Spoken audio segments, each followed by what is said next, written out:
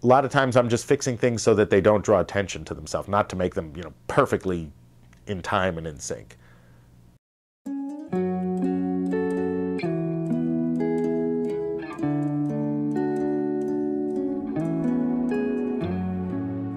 Hi, my name's Rob Arbittier, and I'm a composer and producer in Los Angeles. I originally started in the record business, back when there was a record business, and I worked with artists like Stevie Wonder and Michael Jackson and Whitney Houston and a long list of people.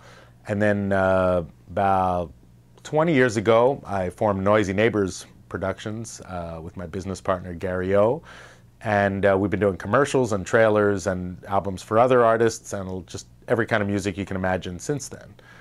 We've done a lot of work for film and television. And you can check out noisyneighbors.com and you'll see it's much too much to describe at one time. But done just about everything there is to do in the music business. I've been a Melodyne user for a really long time, probably about 10 years. I haven't been keeping track, but it feels like about 10 years. Back since the days when it wasn't all that totally debugged and as stable and solid as it is now, and also it wasn't quite as easy to use as it is now.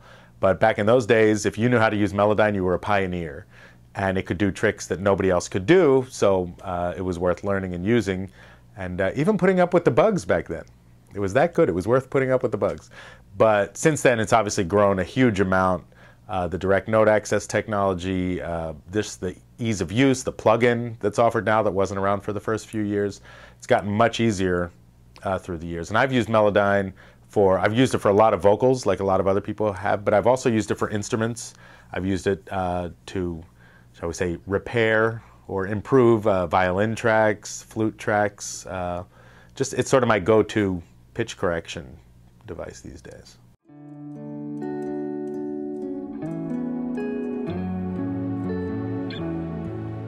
I mostly use it for tuning vocals, although I do use it to create performances that weren't originally recorded. A lot of times I'll build harmonies with it. I'll build background vocals with it by building my own harmonies. Sometimes I'll change my ideas for what harmonies I want the backgrounds to sing. So I'll use it for that as a part creation tool. But a lot of times I'm using it for subtle repair. And I mainly use the pitch adjustment, the level adjustment, and the formant adjustment, because a lot of times a syllable might sound unnatural just because the singer had it in a strange part of their throat, and you bring it up or down in the throat and it just sounds more natural. So I really think of Melodyne as two separate tools, one for repair and one for creation. And I use it probably 50-50 for each. The thing that's so unique about Melodyne, and the thing that got us to deal with it when it wasn't so easy to use years ago, is that it just sounded so good and so smooth. And most of the time, if I'm working with an artist or working on a project, the idea is not to have it sound like something's been tuned. That sound has sort of come and gone as a fashion, but that's not what the artists I'm usually working with want. Basically, if they have an incredibly emotional performance that's perfect except for something being slightly out of tune, Melodyne is the tool we use because it's so smooth and so unobtrusive the way it tunes things.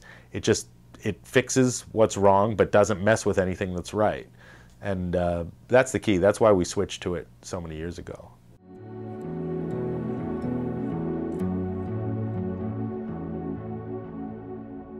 Basically, Melodyne is in my toolbox in case we get an incredibly emotional performance, or one that's really great, but just, out of tune for a note or two, or the timing of a note is a little bit funny, or I wish they'd held a syllable a little longer. I never go into a session saying, let's just get a performance that's close enough that we can fix it.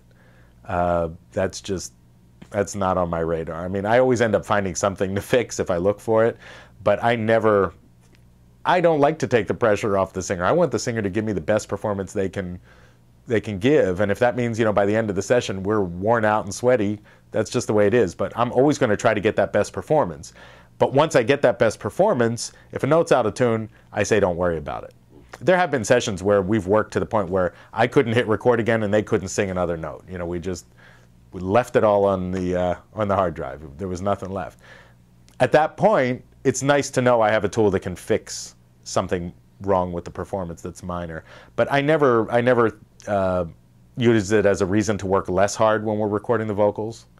It's sort of like my secret weapon, where I know that if something does go wrong, we can fix it. And I insist the singers think that way too. I've had singers who will sing something, and because it's very common these days, I've had singers who will sing things and then say, was that close enough? It's like, what do you mean, is that close enough? There's no such thing as close enough. It's either right or not right.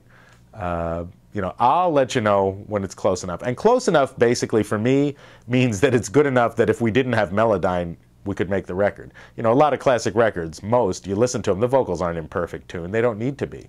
They've got an attitude, they have an emotion, and it doesn't matter whether they're in tune or not. And I still leave things out of tune sometimes too. You know, it's just every now and then, it's nice knowing that there's the tool there to fix something if we want to. I think that a lot of people have just taken it for granted now that everything will be in tune. You know, I've heard record labels just say that's just, you know, one day in the schedule of a project is here's when we tune everything. And I think there is a little more, because the that, you know, way overly tuned sound has now been used so much. I think there is a backlash against it. I mean, people joke about it, and you know, I think that's coming to the end of its run as a fashionable thing to do. And you do see singers who are, you know, wanting to get all the emotion out there, and a lot of times that means leaving it out of tune. So I do think you do see a backlash against all that tuning that's been going on. I think that, and that's a healthy thing. I mean, the idea that anybody could be a singer just by talking into a mic and then tuning it was not a good thing for music. So you can't even tell artists apart sometimes when they're tuned that heavily. You know, you hear a voice, but it just sounds like an electronic buzz. And I'm very sensitive to that kind of tuning. I mean, even if it's used just a tiny bit, it's on my radar. It makes me jump. And Melodyne never had that sound. It always sounded smooth. I love that it's real time, that I can listen to a passage and be smoothly gliding a note up and down, or reducing the vibrato on a note. That's something I actually use it for a lot. Sometimes we'll have a real emotional performance, and just on one word or something, you know, the vibrato got a little carried away and it sticks out. A lot of times I'm just fixing things so that they don't draw attention to themselves, not to make them, you know, perfectly in time and in sync.